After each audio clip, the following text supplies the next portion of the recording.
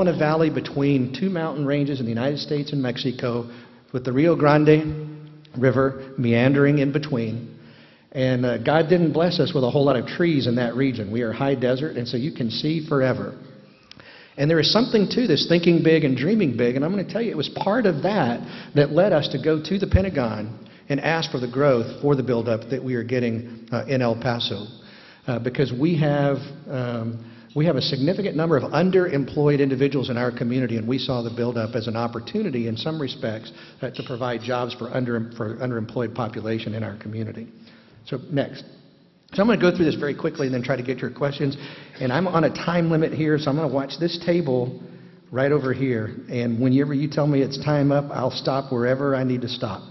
Hopefully I'll get through this. There's a lot happening in our region right now. I don't know if you can see this clearly, but if you start at the top left side of that chart, we are going through a massive downtown redevelopment effort in our community. Over 300 acres of downtown areas being redeveloped.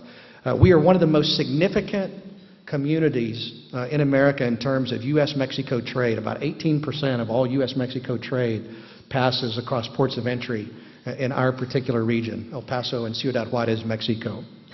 And in that region, we're one of the continent's largest manufacturing centers. Prior to the recession, we had over 250,000 people employed in manufacturing there in our region. We are also building America's newest medical school. There have only been two 4-year accredited medical schools created in the United States in the last 25 years, and we have the newest one of those.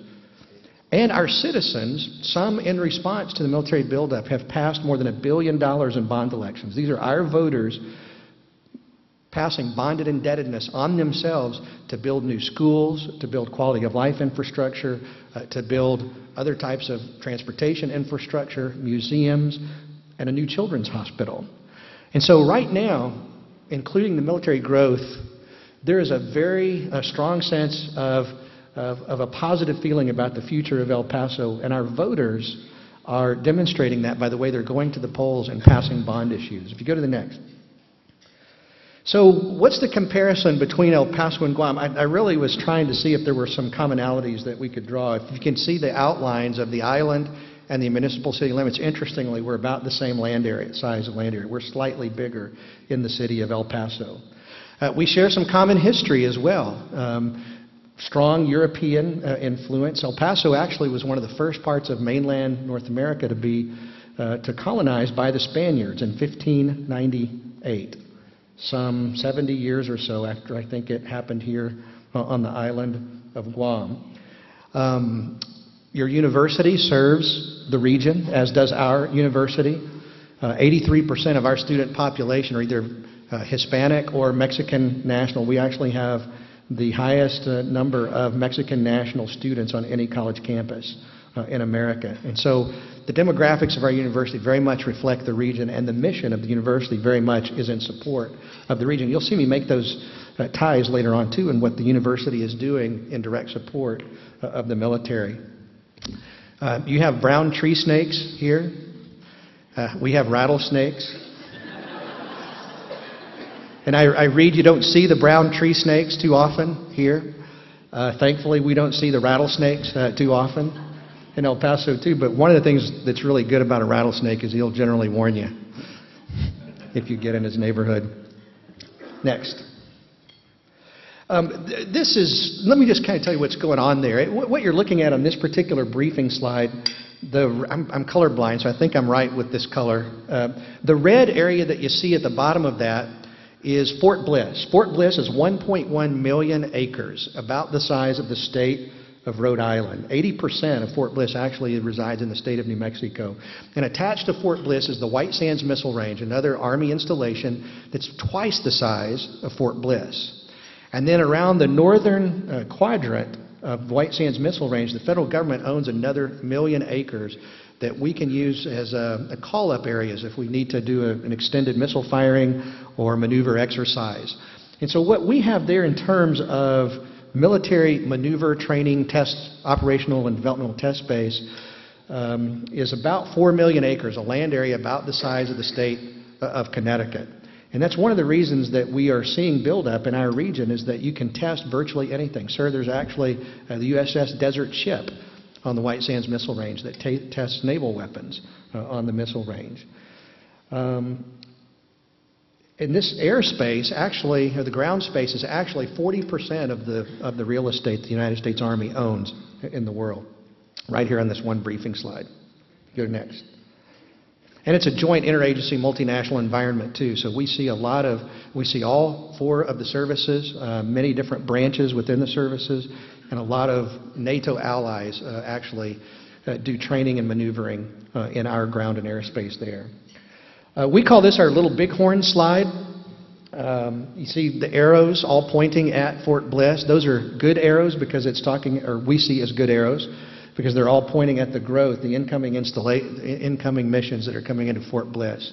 And rather than me get into real in-depth in briefing the slide, let me just say this. At the end of the day, we believe that when this growth completes in around 2012 and 2013, we're going to have the most diverse Army installation in the world in terms of mission set. General, we're going to have infantry brigades, heavy brigades, striker brigades, air and missile defense brigades, a combat aviation brigade, fires brigade, the new weapons system for air and missile defense, THAAD, a couple of firing batteries are going to be there, military intelligence. And we are the place that the United States Army designated for final integrated field testing for their future technologies. And so we have a very diverse installation, and we believe that that diversity is going to provide us with a lot of economic development opportunity that I'll talk about. Next. Family members. I need to look at this real quickly because I can't read my notes. It didn't change. But I forgot it. I should have done a better job preparing there. But we're going to see over 50,000 net gain in our community as a result of this military buildup in El Paso. And there are a couple of key statistics there. Almost 12,000 school-age children are going to be added to our school district's population over a 4 to 5 year period. Essentially, when you look at the growth in school-age children and the growth in our population over this next 5 year period, we're going to see a doubling of El Paso's rate of population growth. And so it has presented some challenges that we have to deal with in terms of education, health care, and other things. At the same time, we're going to see a significant growth of almost 13,000 working-age spouses that add to our workforce, and we believe will add to our ability to further develop the region economically, because we're finding out that these accompanying spouses with the military are by and large a little more educated than what we see in our local population. So we think that this military buildup is actually going to add to very positive aspects of our workforce. Go next.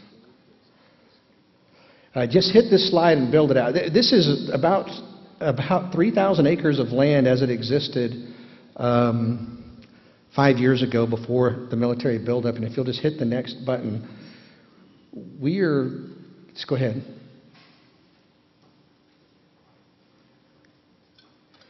We are going to see about a 3,000 acre area of land that's going to be developed by the Army as they move in all of these new missions for both, all of the brigade sets that I had talked about just a few moments ago.